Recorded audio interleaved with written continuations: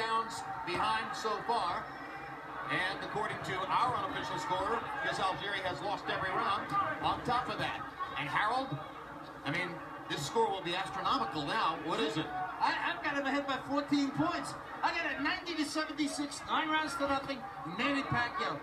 Jim, I sort of disagree with the 6 knockouts. I think he only scored 5. That's right. I miscounted. You're exactly right. But here's Manny Pacquiao on the offensive right here. 9-0 Pacquiao so far. In the meantime, a knockout win for Pacquiao would be a big deal here, not only because he hasn't scored 1 in 8 fights, but because Algieri, as Ruslan Pravandikov, a knockout artist, can tell you, is very hard to knock out. Algieri has a 4-inch height advantage. He came into the ring with what we judged by our scale to be a 6-pound weight advantage. He's a longer, more defensively oriented counterpuncher. Not everybody thought that Pacquiao was going to be able to step forward and get the knockout. Freddie Roach said all along it would happen. On the other hand, Freddie Roach didn't think that Pacquiao would have to go to the 10th round to do it. But it's been entertaining to watch the build-up. And on the other hand, here Algieri still is. Like I said earlier, it's crazy, and I know it was ironically crazy, but I knew that his team was planning to try to knock Pacquiao out. You turned out to be 100% correct. And my mind is blown. But I told you, as a boxer, and from a boxer standpoint, that's the only chance he saw. He has less experience than Pacquiao. You don't outpoint Pacquiao, so his only gamble was to try to knock him out. Learn something new every day. And what has happened here in a sense is kind of like what Max says. The separation in class is starting to show up. Yeah, class tells over time.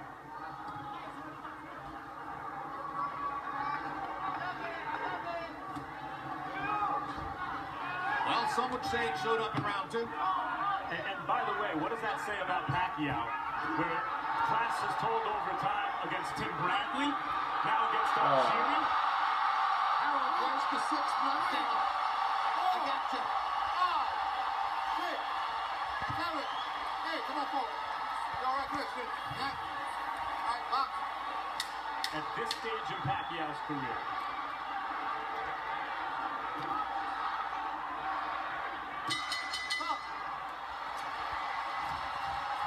The Algieri family not so happy. Dionysia Pacquiao is dancing in the aisles. Deep breath, baby. Deep breath, baby. All you choose first, you gotta bring everything down. Stay square, baby. Stay square. You gotta bring the shit back and get back on that jab when you throw your hooks behind us. Not just that one right hand and staying square for long ball. Come on. Come on, baby. Hey, Chris, you ready for round 2? Yep. Okay, listen. Round 2. You're letting out your cage now. I want you to please. Here you see Pacquiao coming forward, lands a beautiful straight left hand, high on the neck of Algieri, followed by a beautiful right hook, which I think the right hook did more damage. Then he kind of caught him with a forearm, but Algieri was already headed down. Legs are tired, fatigue is showing up. Not so much as devastating from the 1 punches, but devastation from the fact of that punch and fatigue with it. That right hook was a great shot right on the chin. Accumulation of punishment. And Algieri comes back for the 11th round. Algieri said that he wonders where the quit comes from in the other guy. He doesn't think about quitting, and he's had 6 different chances in this fight than on the canvas. And he's about to get another one if he keeps that head high like that. Throwing him in the corner, and you can get out of the cage now. I'm sure he wants to. It's like turning a wolf out of the cage in the bear pen. Exactly.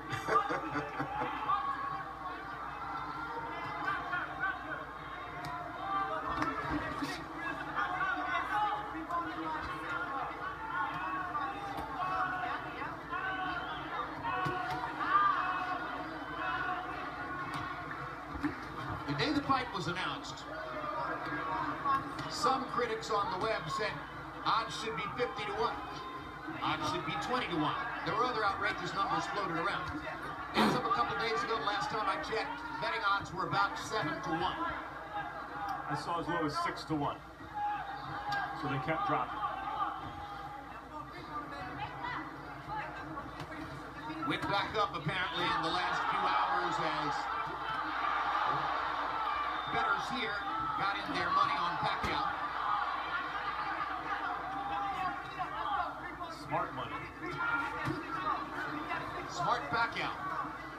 He has fought a perfect fight for his purposes. An exceptional fight, Joe. And I'll tell you, he was focused. Yesterday, I heard his manager, after they came by and spoke to me, and Michael Kahn said, yeah, the guy right there, we might, if he looks good tomorrow night, we might look at him down the line. And if you would have seen the look that Pacquiao gave Jesse Vargas, it almost had me in shock. I was like, wait a minute, Pacquiao, he's not talking about now, he's talking about later. But Jesse wasn't looking, and had Jesse been looking, we probably would have had to separate him. Wow. That's how focused Manny is. Well, Freddie Roach has said that he wants Pacquiao back down at 140 pounds, where your fighter Jesse Vargas fights, by May of 2015. And forever thereafter. In Roach's mind, the days of fighting as a welterweight are over after this. This, of course, assumes that there's never to be a Floyd Mayweather fight. If that were to somehow materialize, then the going back to 140 falls by the wayside. And if guys like Bradley and Algieri can't compete with you, then the only boxer, pure boxer who makes sense is Mayweather, in addition to all the other reasons that people want to see that fight.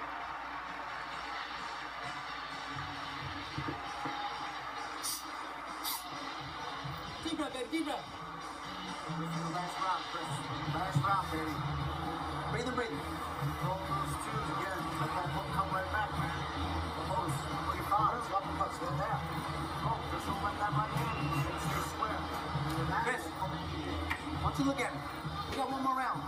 I want you to creep on him, step around him, and give me that body shot and that uppercut and hook, okay? The 6 is open for you, okay? I want you to creep on him here and stay on his ass. We got one more round. Eric Shape, champion lifestyle. Chris Algieri show. Stay on him this round. I want you to now.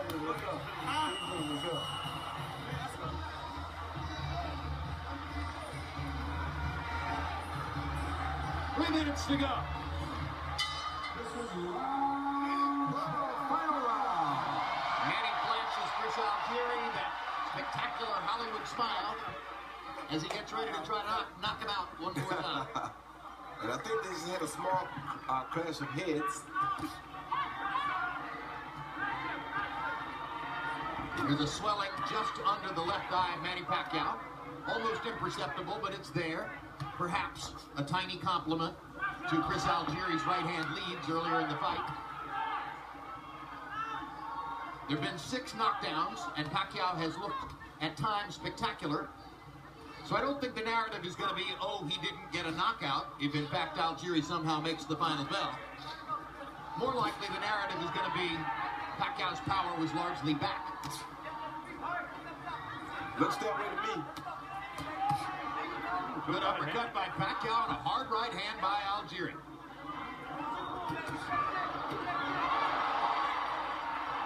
Pacquiao took Algieri's hard right hand in such a way as to once again suggest that the knockout strategy was a faint wish. There's another hard right hand by Algieri. Pacquiao's a little bit more open in this round as he drops his hands and tries for a knockout.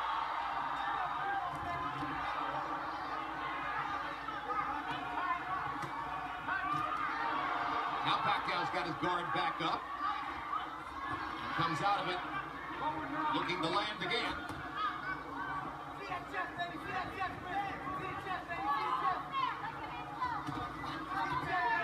Algieri moving and moving.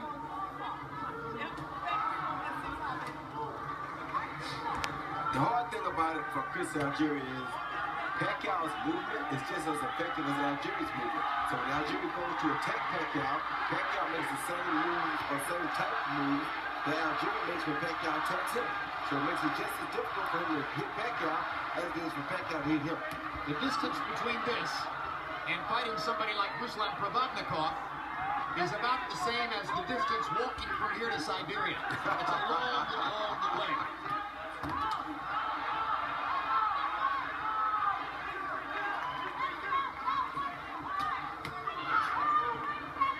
Seconds to go.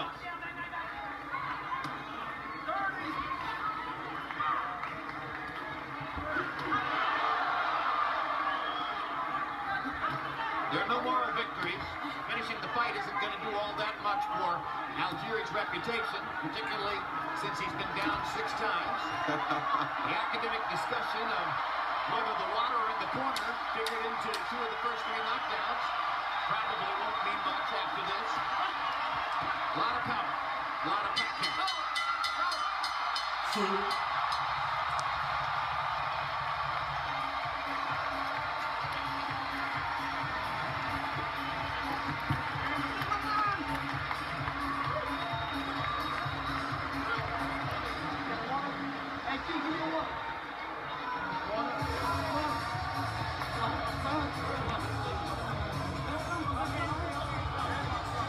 So Manny Pacquiao scores 6 official knockdowns of Chris Algieri en route to what will almost certainly be a nearly historically lopsided unanimous decision win. And let's take a look at what happened mostly to Chris Algieri in the fight. Round 2. Algieri was under wraps and still trying to box at this point. It was ruled a knockdown, even though to our eyes it appeared that the slip on the water was at least as much a factor as the punches that Pacquiao landed. Then round 4, Pacquiao lands an uppercut to the throat. Round 6, here comes knockdown number 2.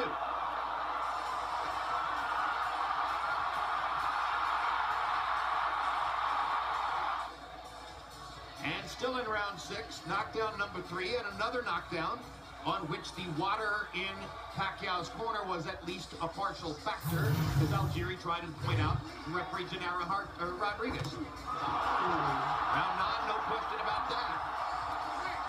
That is a classic, I hit you in the mouth knockdown. Still in round 9. And Algieri still damaged from the preceding knockdown, took a knee there. So that was 5 knockdowns at that point.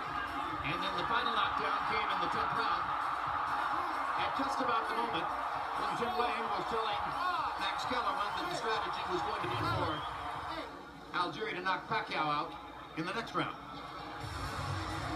And now Dionysia Pacquiao conducts some kind of ceremony over her son as Manny Pacquiao kneels in the corner to pray. And we'll go to Michael Buffer for the official decision. Ladies and gentlemen, back to the Venetian Macau Hotel Resort. We go to the scorecards. Levi Martinez scores it 119-103. Patrick Morley has the same score, 119-103.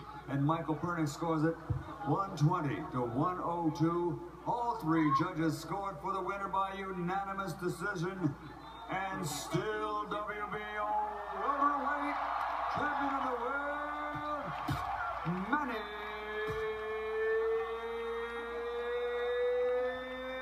Pacquiao.